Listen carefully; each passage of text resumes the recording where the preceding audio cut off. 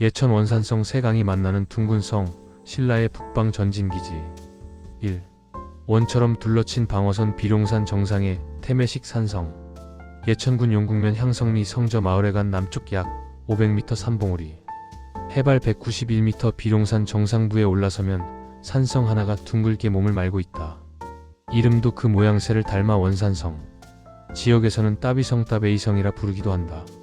원산성은 삼국시대에 축조된 산성으로 정상부를 중심으로 능선을 따라 머리띠처럼 두른 태매식 구조다. 성벽은 지형에 따라 돌과 흙을 섞어 쌓은 토석 건축식으로 조성되었고 둘레는 약 1000m에 이른다. 성 안에는 회각도가 남아 폭이 5m 내외로 전하며 성벽 높이는 1.5에서 3m 정도, 폭은 아래가 3에서 6m, 위는 0.7에서 1.8m로 구간별 차이가 있다. 작지 않은 둘레에 비해 봉우리 높이는 낮다. 그런데도 이곳이 요새가 되는 이유는 높이가 아니라 자리 때문이다. 강줄기와 교통로가 맞물리는 지점에 놓인 산성은 낮아도 충분히 무섭다. 내려다 볼 수 있고 막아설 수 있으며 무엇보다 여기를 놓치면 뒤가 열린다는 강박을 적에게 심어준다. 2. 길이 요새를 만든다. 회룡포로 들어가는 길. 성저교에서 올려다본 성.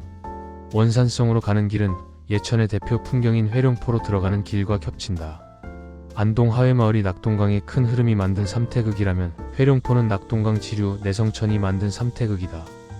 용궁면에서 회룡포 방향으로 가다가 용궁향교를 지나 성저교로 빠지는 길로 우회전하면 된다.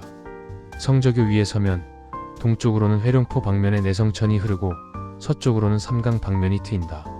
그리고 남쪽 산 능선 위로 원산성이 모습을 드러낸다. 이 장면이 좋다. 저기 성이 있다는 사실을 한 번에 이해시키기 때문이다. 산성은 숲속에서 갑자기 나타날 때보다 멀리서 먼저 존재를 보일 때 더 위협적이다. 성저교에서 올려다본 원산성은 이미 절반쯤 전술을 수행하고 있었다. 3. 장안사에서 시작되는 북방의 시선 백두대간과 국경의 감각. 성저교에서 좌회전하면 장안사 가는 길이다. 장안사 주차장에는 중국 청나라 3대 황제인 순치 황제가 출가한 시가 눈길을 끌고 절집의 안내문은 이곳이 신라 경덕왕 대759 운명 대사가 창건했다고 전한다. 절 마당에서 북쪽을 바라보면 백두대간 능선이 멀리 누워있다. 오늘은 평화로운 풍경이지만 그 능선은 한때 고구려와 신라가 서로의 숨통을 겨누던 자연 국경이었다.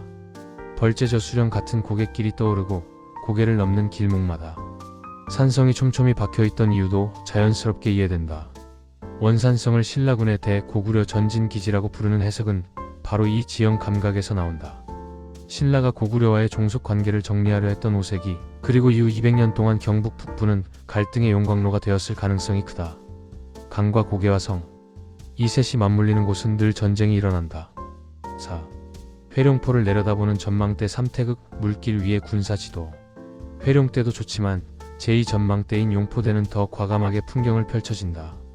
내성천이 거대한 회를 그리며 회룡포를 휘감아 도는 장면은 자연의 미학이면서 동시에 군사지리학의 교과서다. 큰 강이 다리를 틀면 그 안쪽은 비옥해지고 바깥쪽은 깎인다. 길은 안쪽으로 생기고 방어는 바깥쪽에서 강화된다. 여기서 원산성의 자리가 선명해진다. 원산성은 문수지맥의 끝자락의 자리에 내성천과 낙동강의 물길이 만나는 방향을 감시한다. 강이 자연해자 역할을 하고 능선이 자연 성벽 역할을 한다. 결국 산성은 그 자연 요새 위에 한 겹 더 두른 인공의 테두리다.